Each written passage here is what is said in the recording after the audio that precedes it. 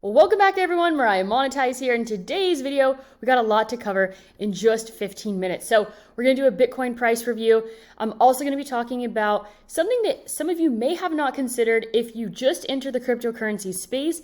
It is something to really take into consideration to better protect your cryptocurrency and have full control over it. And then we're also going to go over a bit of a Twitter rant, just what's happening on Twitter today and some interesting things and facts. Some are crypto related, some are just finance related, statistics related on investments and other things happening in the world. So before we get started, many of you have reached out to me and told me that there is this fake Instagram of me. So this is, let me go ahead and change this here. This is my real Instagram. Okay, 596 posts, just following 539 people, M-A-R-I-A-H. This is the fake one, which is insanely similar, M-A-I-R-I-A-H, okay? Way more followers, they don't have that last picture. If you want to follow me, and please block the other one, this right here is my most recent post. You know that is mine. Drink beer, save water. That's the important one. So please report this. What they're doing is they made this profile looks exactly like mine, and they are reaching out to people like asking for money. It's like a money scam that's like mining related. So please be aware of that and do not send them any money. And please report that Instagram if you can. I've had probably at least 100 people report it as of now. I reported it over and over and over again, and I've had zero luck getting it removed. So Instagram is like so pathetic and really, really frustrating me when it comes to that situation, because people are very vulnerable that don't understand crypto, that are early into the space, and I do not want anyone to get scammed. Okay, let's go ahead and see what's going on here with Bitcoin.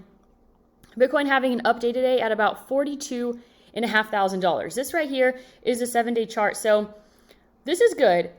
This moving average is bending upwards, approaching, crossing over the red. If we can get this green moving average to cross over the red, that is a massive, massive sign. If that happens on the weekly chart, I will be pretty darn bullish. But a lot has to happen in order for me to feel that way. This is here the daily chart on Bitcoin. We just printed this red 9, which I would anticipate a bit of a pullback. So we kind of made a higher high in this sense. But I would anticipate a little bit of a pullback and then hopefully a higher high to go above the high of this candle, which is 43,389. So let's go ahead and see what's happening on the 12-hour chart here. 12-hour chart looks very nice, making higher highs, higher lows. I really like the structure here on the 12-hour chart, so that is something to be excited about. This is the 4-hour chart.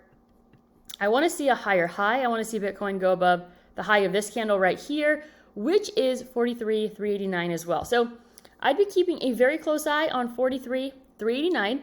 And if Bitcoin reaches that or exceeds it, then I think that we have more room to the upside. So we're about $800 away from that amount. Let's go ahead and keep a close eye on that and see what happens. But the 1 hour here, not really looking that great, doing some sideways trading. So I would like to see here for Bitcoin to go above 42.8, the high of this candle, if it can go above that. And that could happen, let's see here, in the next like 9 hours or so, 7 to 9 hours. If Bitcoin could do that, that would be really exciting, and I would expect more room to the upside as well. Let's go take a look at the 30-minute chart here. 30-minute chart here, a lot would have to happen to go above the high, to make a higher high on the 30-minute chart.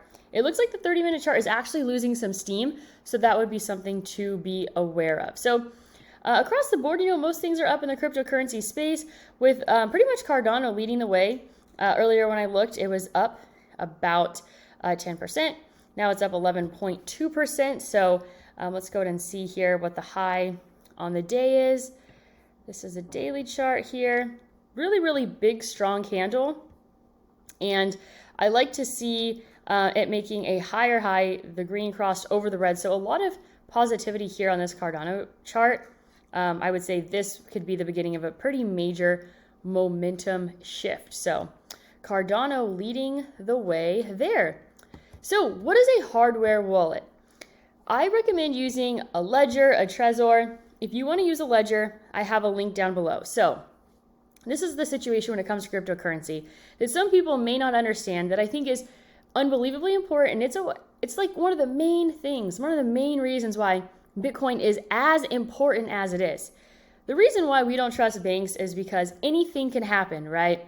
We think about what's happening with the wars across the world. It was Ukraine, right? That you can only withdraw a maximum amount of money per day.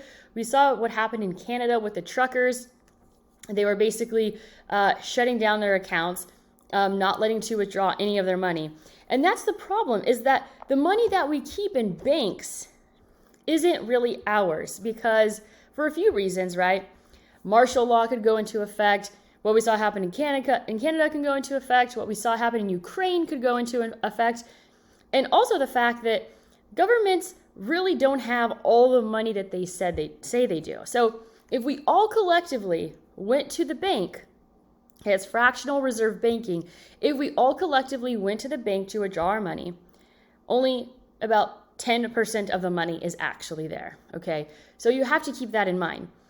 And so when we use anything like Coinbase, any exchanges, Binance, any centralized exchange or centralized platform where we're earning interest on our cryptocurrency, Nexo, Vault, Celsius, all of them, okay, we are hoping and praying that when we want to withdraw our funds, we have the option to do that, but it is not guaranteed. When you store your cryptocurrency on a Ledger product, okay, you have full control of your cryptocurrency. So depending on which product that you choose to buy, they have a bunch of different products here, but let's go ahead and look at one of the basic ones. This is a Ledger Nano S. It's $60, okay? It basically looks like a thumb drive. And so you plug this into your computer. When you set it up for the first time, it gives you a 24-word password.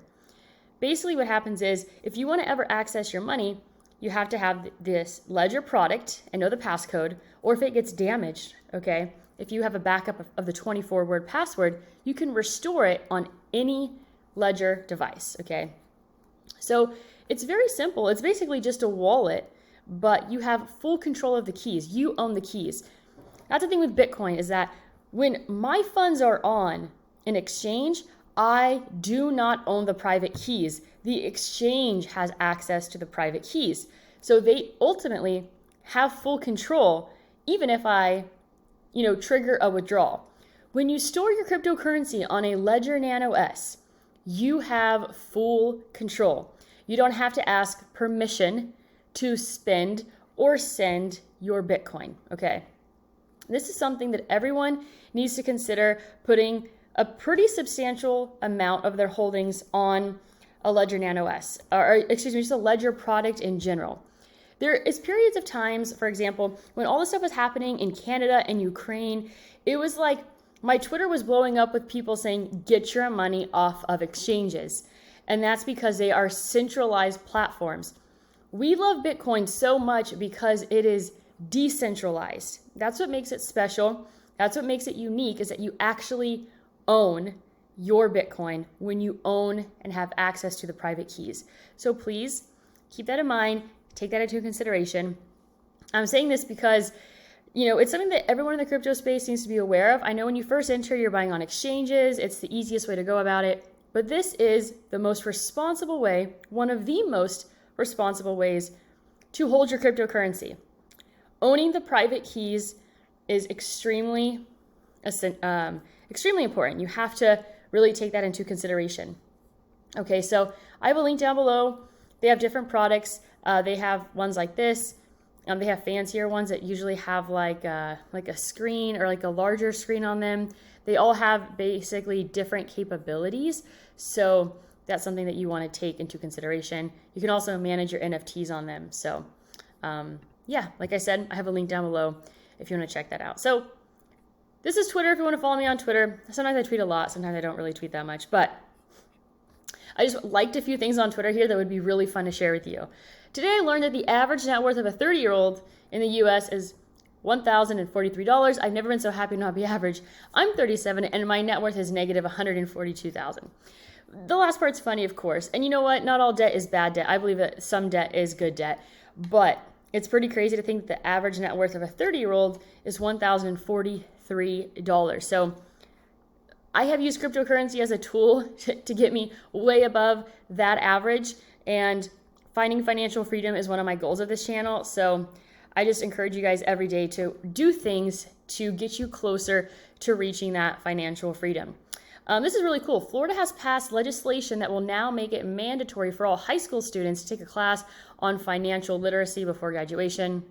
That is super exciting, and I hope that translates across the board. I used to never understand private schooling, obviously when I was like young, or homeschooling. Now I completely and totally get it. I think in many, many ways, public education destroys us more than helps us. And so honestly, if I was to do my life over again, I would probably drop out of high school. The only thing that would stop me is like I actually enjoyed playing sports. But going back, I would have maybe done the absolute bare minimum and not taken high school so seriously. It actually pisses me off thinking about how much you're so brainwashed to think that like high school and the grades that you get is like the most important thing of your life, when it's like you actually just wasted my time and literally did not give me the opportunity to think for myself in any way, shape, or form, and taught me a lot of things that I will never, ever use in my life. So there's my little rant there. Okay, this is crazy. The average new home sale price in America is over $500,000. That is wild. I'm someone that I don't own any real estate. I kind of like also, I like to apply decentralization to my life as well, being decentralized. I've been, I see the value in real estate, but I would never want to sell my Bitcoin to go buy real estate. For me, that's totally not worth it. So I've never really used real estate as a vehicle for investing.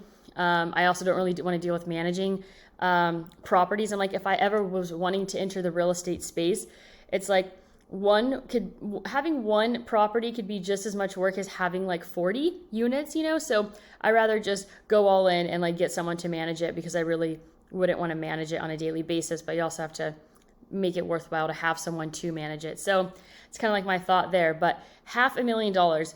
It's crazy to think, this is just something for you guys to think about when it comes to our emotions around investing, purchasing things, is that when I moved to Puerto Rico, approximately 6 months after Hurricane Maria, I thought that buying real estate was insanely risky. And I also thought that it was just terrifying at that moment in time, right? It's like we had no idea what would have happened to Puerto Rico. That was nearly 4 years ago. And I had fear in purchasing property at that time because of, the current state that Puerto Rico was in. And looking back now, that would have been the best time to purchase real estate in Puerto Rico, was after Hurricane Maria, because prices of properties tanked. A ton of people left the island. I have a friend who actually was trying to buy a property in San Juan right before Hurricane Maria. The deal fell through and was processing with the new buyer during Hurricane Maria. It fell through. He was then able to go back and purchase that same property for $500,000 less, which is absolutely insane. So, it kind of applies to all sorts of investing, be greedy when others are fearful, and be fearful when others are greedy. So always take that line into consideration, because I have seen it played out many, many times. So I hope you enjoyed this video. I hope you guys are all doing extremely well. If you get the chance to report that Instagram account, I really don't want anyone to lose money. That would be super unfortunate. So as always, go out there and create a portfolio that you love.